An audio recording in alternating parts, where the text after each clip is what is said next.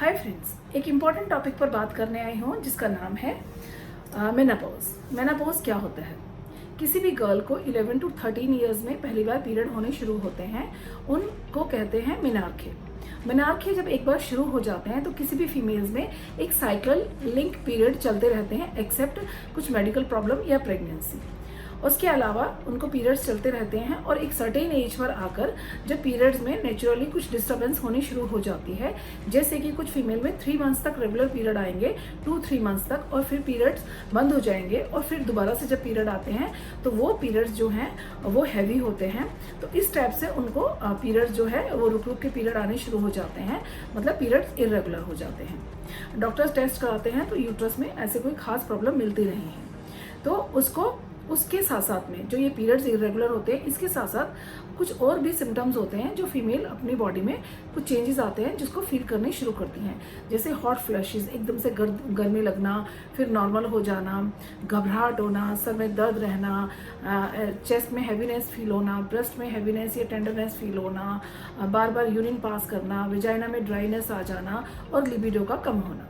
ये कुछ symptoms premenopause में ही शुरू हो सकते हैं। इसके लिए आपको डॉक्टर से सलाह लेनी चाहिए। डॉक्टर्स आपको अपने आने वाले जो कुछ साल है उसके साथ में आपको कैसे रहना है और कैसे आपको उनको अपने मेनोपॉज को कैरी करना है वो आपको एक्सप्लेन करेंगे। फिर एक टाइम पीरियड आता है 1 साल का जिसमें पीरियड्स नहीं आते हैं, उसे मेनोपॉज कहते हैं। और इस मेनोपॉज के दौरान ऐसा टाइम हो सकता है कि जो आपके पहले प्री मेनोपॉज में जो सिम्टम्स हैं वो ज़्यादा आप फील करना शुरू कर दो, आपको ज़्यादा सीवियर हो जाए, आपको ज़्यादा घबराहट होनी शुरू हो जाए, ज़्यादा हेडेक शुरू हो जाए, या आपको नींद नहीं आना, या आपको हेडेक रहना, या हॉट फ्लैशेस होना, और वेजाइना में ज़्यादा ड्राइनेस, और आपके सिम्टम्स वर्स हो सकते हैं। तो इसके लिए अब ये परफेक्ट टाइम होता है कि आप डॉक्टर से सलाह ज़रूर लें। उसके बाद में डॉक्टर्स आपके कुछ टेस्ट कराते हैं। टेस्ट में जो आपके हार्मोनिकल जो डिस्टर्बेंस पाई जाती है उसके लिए डॉक्टर्स आपको कुछ मेडिसिन देंगे। डॉक्टर आपको एस्ट्रोजन के मेडिसिन देते हैं, कुछ मिथाइल कोबलामिन, गाबामिन, गाबापेंटामिन टाइप मेडिसिन देते हैं, विटामिन ई के कुछ डॉक्टर्स आपको मेडिसिन देते हैं, प्लस आपको डॉक्टर जो है कैल्शियम D3 देते हैं, बिकॉज मेनोपॉज में आपको ऑस्टियोपोरोसिस मतलब आपकी बोन्स जो हैं वो नेचुरली कमज़ोर होना शुरू हो जाता है।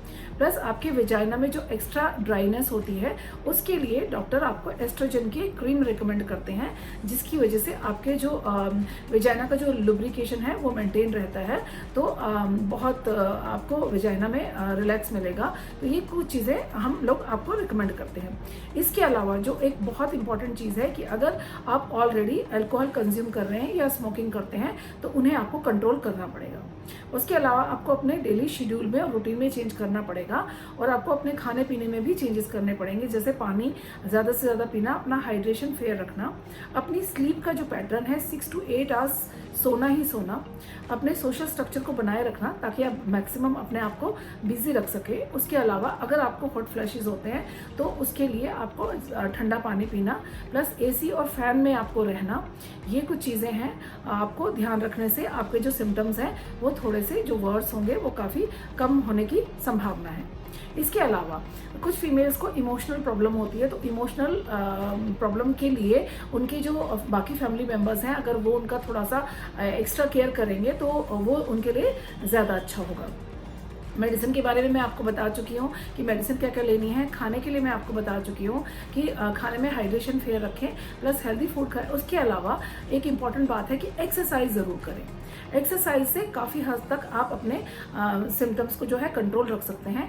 एक्सरसाइज में आप योगा और एक्सरसाइज आप घर में भी कर सकते हैं।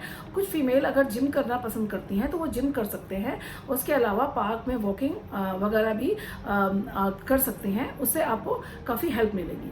उसके अलावा एक और बहुत इंपॉर्टेंट चीज़ है जो मैं आपको मेनोपॉज के बारे में बताना चाहती हूँ कि जैसे जैसे फीमेल की एज बढ़ती है तो उनकी जो पेल्विक फ्लोर की जो मसल्स हैं वो कमज़ोर हो जाती हैं, और उसकी वजह से उनका जो यूरिन होल्ड करने की जो पावर है वो कमज़ोर हो जाती है। और जैसे जैसे एज बढ़ती रहती है उसके बाद में उनका जो यूरिन इनकॉन्टिनेंस होना शुरू हो जाता है, कपड़ों में ही उनका यूरिन लीक होना शुरू हो जाता है। उसके लिए एक एक्सरसाइज है जिसे कैगल एक्सरसाइज कहते हैं, वो करने से आपको बहुत अच्छा रहेगा, आराम मिलेगा। बिकॉज जैसे इस एक्सरसाइज को कैसे कर सकते हैं ये मैं बताना चाहती हूँ आपको कि जब फीमेल कमोड पे बैठी है और यूरिन पास कर रही हैं तो यूरिन को जाने दें और फिर होल्ड कर लें, फिर जाने दें, फिर होल्ड कर लें, फिर जाने दें, फिर होल्ड कर लें। तो इस टाइप से स्पैज्म एंड रिलैक्सेशन करने से जो पेल्विक फ्लोर की जो मसल्स होती हैं उसमें जो है वो स्ट्रेंथ आती है, वो स्ट्रांग हो जाती हैं। तो जिससे कि जो यूरिन होल्ड करने की जो पावर होती है वो बढ़ जाती है। तो इससे यूरिन की कॉन्टिनेंस की जो प्रॉब्लम है वो एज रिलेटेड बढ़ती नहीं है, कम हो जाती है। तो ये कुछ इंपॉर्टेंट बातें हैं। और ऐसे ही अगर आपको मेरे ऐसे ही कुछ और वीडियोस देखने के लिए आप चाहते हैं तो प्लीज़ मेरे चैनल को सब्सक्राइब ज़रूर करें और मेरे इस वीडियो को मैक्सिमम शेयर और लाइक ज़रूर करें। Thank you very much.